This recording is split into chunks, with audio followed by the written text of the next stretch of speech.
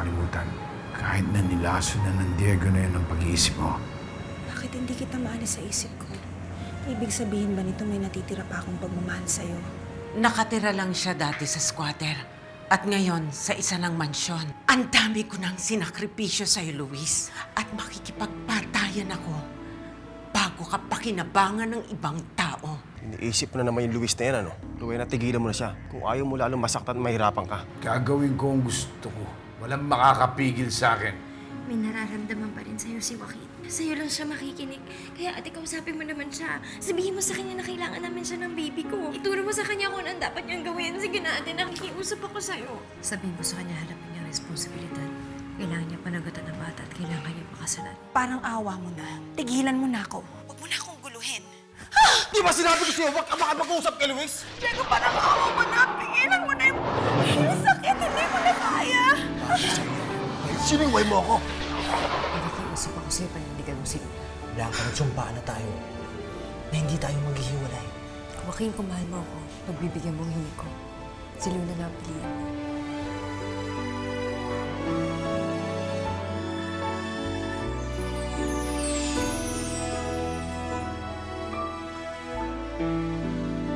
Oh, padalaw ka, Joaquin. Sayang, hindi mo naabutan si Ate Divine mo. Kuya Luis, kayo ho talaga isadya ko eh. May ipagtatapat ho sana ako. Pero sana ho, huwag ho kayo magagalit sa akin. Sana pakinggan niyo muna ako para maintindihan niyo po ako. Sige, nakikinig ako.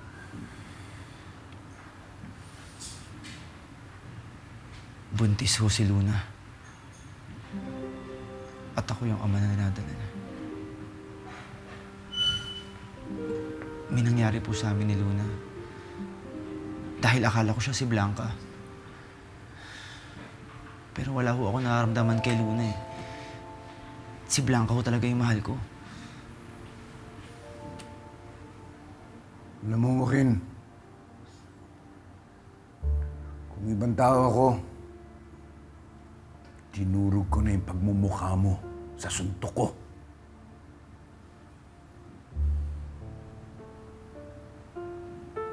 Pero hindi ka na iba sa akin. Alam kong nilalam mo ng puso mo yan. Kuya Luis, tulungan niyo ako. Hindi ko na alam yung gagawin ko eh. Sinasabi ko ng isip ko na panagutan ko si Luna dahil yun yung tamang gawin. Pero umaayaw ho yung puso ko eh. Dahil si Blanca yung laman nito. Kaya Luis, tulungan niyo ho ako mag-decide. Litong-lito na ako. Ano, Joaquin?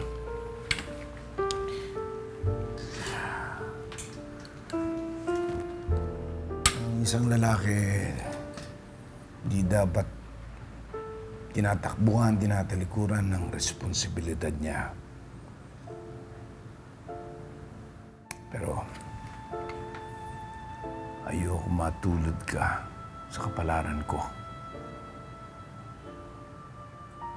Nakakulong sa isang pagsasamang walang pagmamahal. In a way, parang pareho tayo ng kapalaran. Pero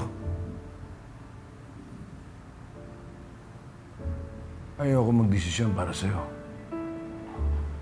Hindi ako mamimili sa dalawa kong anak. Naintindihan mo? Isa lang mapapayo ko sa'yo.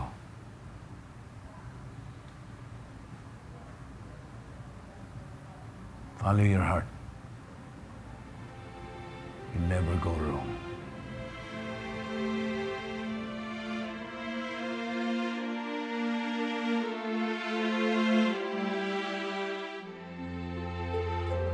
Hindi pa ho umuwi si Ma'am Luna eh. Ganun po ba? Okay lang po ba na intayin ko na lang siya dito? Hindi naman siya magtatagal, di ba? Kayong bahala.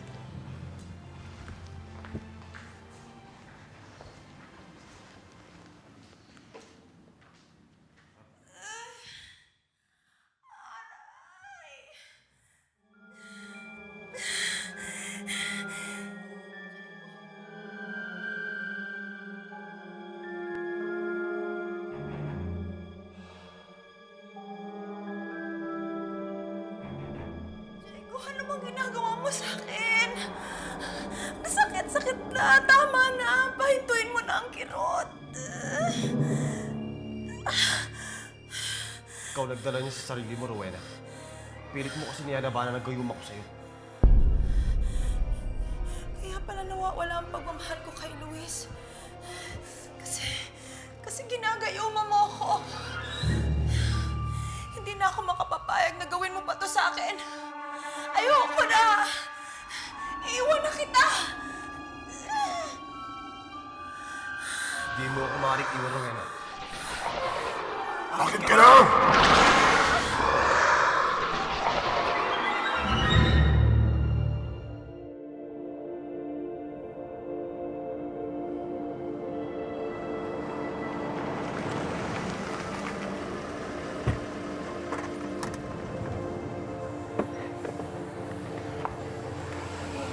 Joaquin.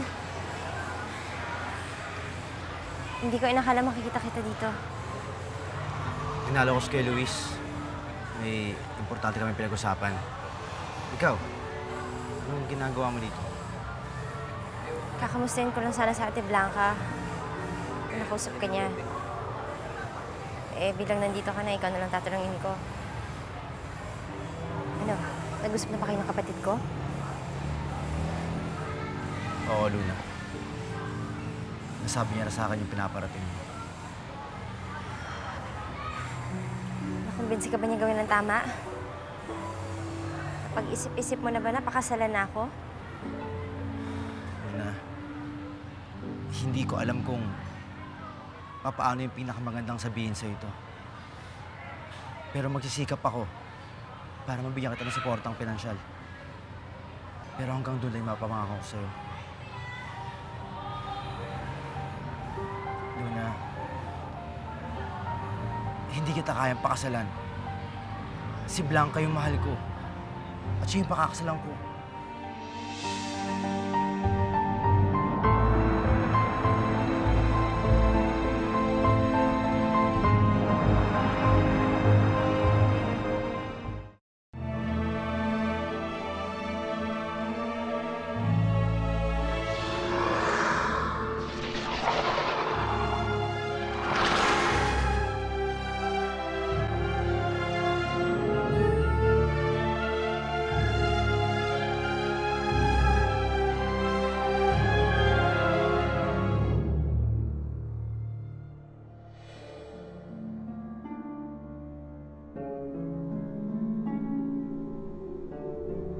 Nay? Nay, kumising kayo. Nay, ano ginawa sa'yo ang halimaw na yun? Nay, halika na. Blanca? Blanca, anong ginagawa mo dito? Nay, umalis na tayo dito. Halika na. Tama yung hinala namin ni Daddy. Miss sa engkantong lalaking yun. Umalis na tayo dito. Hindi ba yun yung gusto mo? Teka muna, bakit ko naman gagawin yun? Hindi ako pwedeng umalis. Mahal na mahal ko si Diego. Nagkayo na naman kayo, inay. Bakit ba si Ate Blanca pa rin ang pinili mo? Inayawan ka na nga ng tao, nagsusumiksik ka pa rin sa kanya? Okay na't sa akin kami pananagutan. Binuntis-buntis mo ako tapos iwanan mo ako sa ere? Luna, mas malaking pagkakamali kapag pinakasalan kita. Kasi hindi kita mahal eh. Magiging miserable lang yung buhay nating dalawa. At hindi makakabuti para sa bata. Joaquin, ano bang kailangan kong gawin para gustuhin mo ko? Ano ba bang kulang sa akin? Sabihin mo, gagawin ko lahat, ibibigay ko sa'yo. Basta panagutan mo lang ako, Joaquin. Naawa ka naman sa amin ng anak mo. Joaquin, kailangan ka namin. Kami ang piliin mo. I'm sorry, Luna. Pero buo na yung desisyon ko. Sana maintindihan mo. Sige, doon ka na lang kay Ate Blanca. Magsama kayo.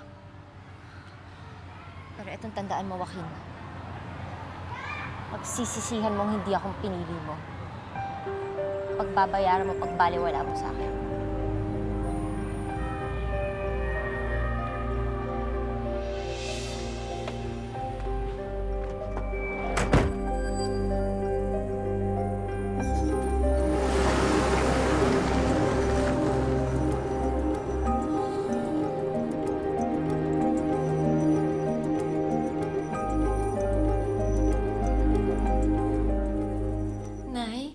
Wala ba kayo natatandaan sa nangyari kanina? Kung anong pinagtatalunan niyo ni Mang Diego?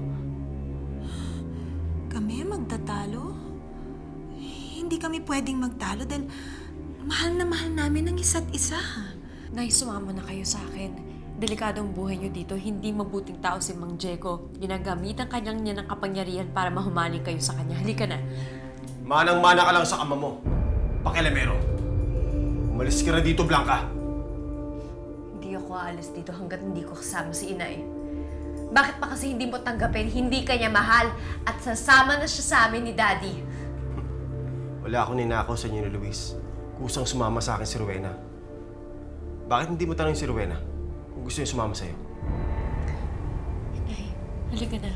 Sumama ka na sa akin. Kailangan kita at kailangan ka namin ni Daddy. Pwede ba tayo mag-umpisa ulit? Halika na tayo. Umalis na tayo dito. Anak, patawarin mo ko. Si Diego ang mahal ko. Hindi ko siya pwedeng iwan. Umuwi ka na sa daddy mo. At huwag mo na akong guluhin dito. Sige na.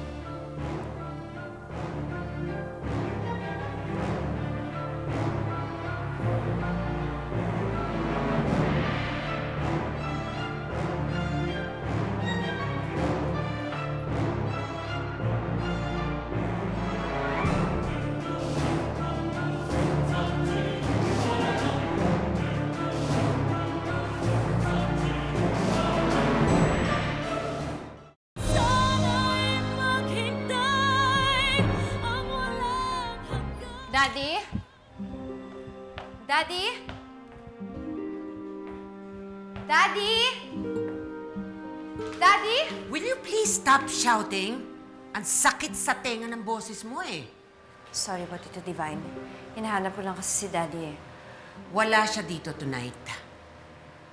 Nagpa-executive check-up siya at inadmit na siya ngayon. Ano bang kailangan mo sa daddy mo? May kailangan lang po akong sabihin sa kanya. May kailangan siyang malaman. Bakit? Ano ba ang kailangan niya malaman? Ano ba ang gusto mong sabihin sa daddy mo? Tungkol sa nanay mo? Gusto mo bang ma-stress ang daddy mo? Gusto mo yatang ma-stroke siya uli eh. Hindi po yun ang gusto ko, Tito Divine. Eh, yun naman pala eh. Hindi naman pala importante. So siguro naman makakapag-intay yan pagbalik niya galing sa ospital. Kaya pwede ba wag mo nang istorbohin pa ang daddy mo? Eh yun lang naman kung talagang gusto mong gumaling ang daddy mo.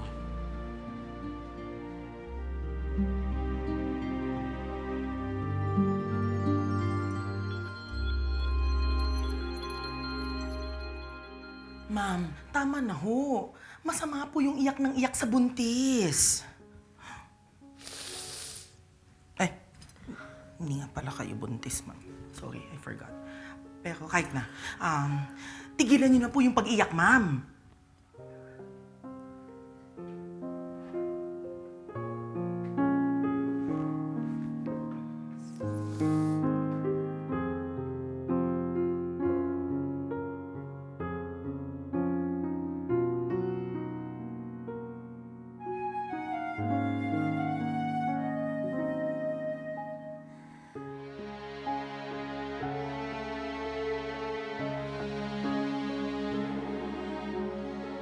Ako si Ate. Anong pangalan mo? Ako si Luna. Salamat ha. Kung hindi dahil sa'yo, baka nalapan ako ng aso mo. Oo, sa'yo na itong bulaklak para mawala ang takot mo. Kita mo na, kapangiti ka. Aki, salamat ha. Alam mo, hindi mo alam kung gaano mo ako pinasaya. Yan! Dapat lagi kang ganyan eh. Naloko naman. Promise. Bait-bait mo sa akin, Aki. Salamat ha. Bakit kasi ikaw pang pinili kong mahalin, Joaquin? At bakit kahit anong gawin ko, hindi ka mapa sa akin?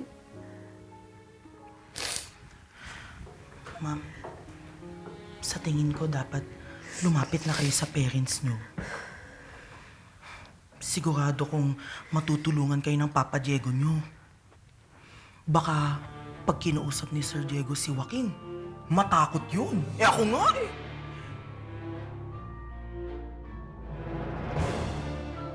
Pakain mo to kay Joaquin. At sigurado, hindi ka niya iiwan kailanman. Isang kagat lang nito. At iiwan niya si Blanca. Tama ka, Belia. Si Papa Diego na lang ang makakatulong sa akin.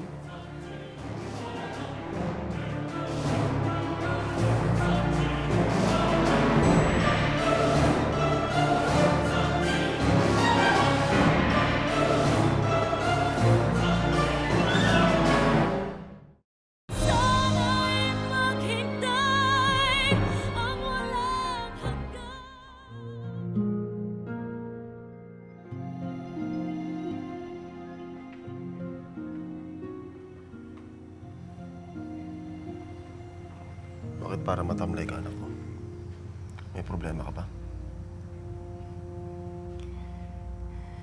Papa, nabigo na naman ako sa plano kong pagpapaibig kay Joaquin. Hindi ko na po alam kung anong gagawin ko. At alam ko ikaw na lang makakatulong sa akin. Kaya tinatanggap ko na yung inaalok mo noon. Hindi mo na kailangan magdalawang salita. Gagawin ko lahat para mapasaya ka.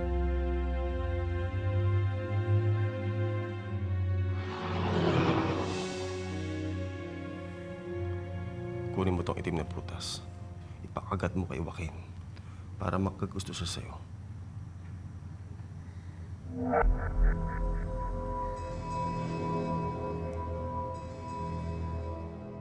Hindi kita kayang pakasalan. Si Blanca yung mahal ko. At siya yung pakakasalan ko.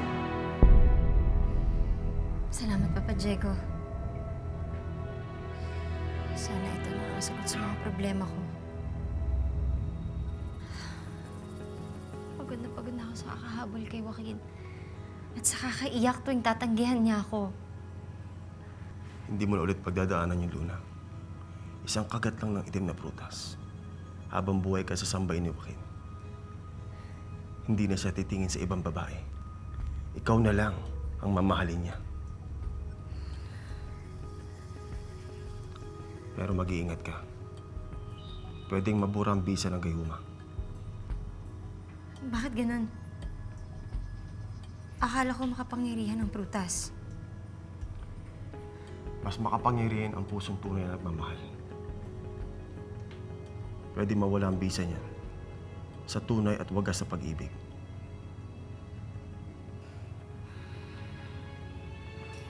May isang tao lang naman ang alam kong tunay na pag-ibig ni Joaquin. Si Ate Blanca. Hindi na ako papayag na hadlangan niya ang mga plano ko. Pag nagpakasal na kami ni Joaquin, ilalayo ko na siya dito para masolo ko siya. Para ako na ang magiging tunay niyang pag-ibig.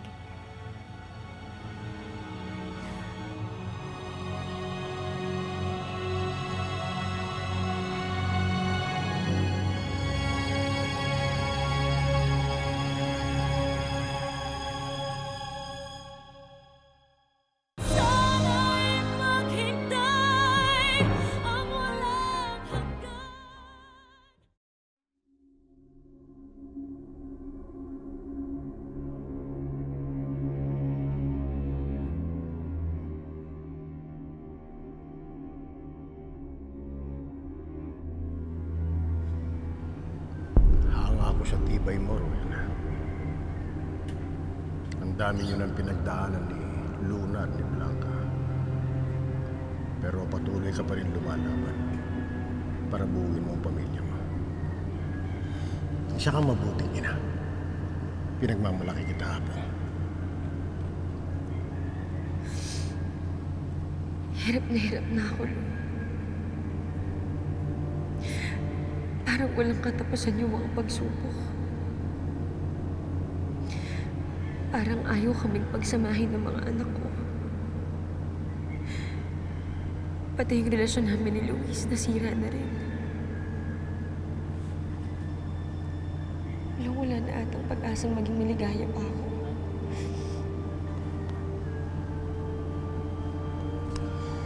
Apo, ang susi sa pagwawakas ng mga problema mo ay nandun sa kwintas na ibinigay ko sa iyo noon.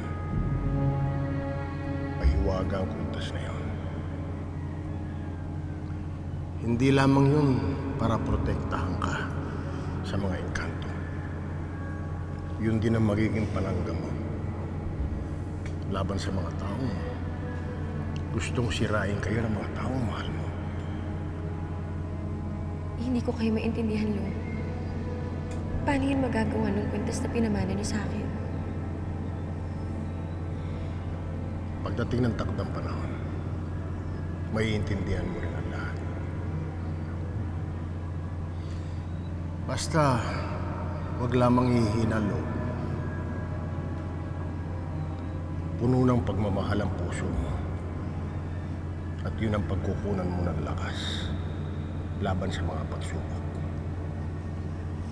At ang kwintas na yon, yun ang pinakamatibay mong sandata. Kaya pakaingatan mo yun, ano man ang mangyari.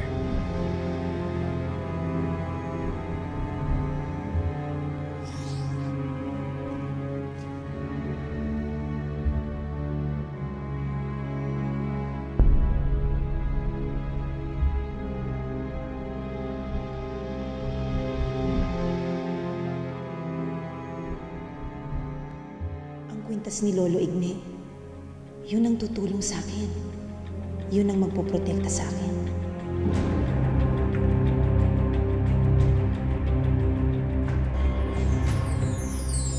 Pwede ko bang malaman saan kayo pupunta? Pupuntahan ko si Rowena at si Luna. Ililigtas ko sila. Hindi naman ako nagpunta dito para kulitin kang pakasalan ako. At alam ko nang hindi tama na magpakasal tayo dahil lang sa bata. You mean, nagpunta ka dito para makipag-ayos sa akin? Itatakas ka namin para hindi ka na masakop ng kapangyarihan ni Diego. Itaw mo si Rowena, Luis! Ito yung peace offering ko para sa'yo, Joaquin. Tikman mo to. Sarap to. Pangako, hindi mo pagsisisihan. Ako si Rowena! Daddy! Bitiwan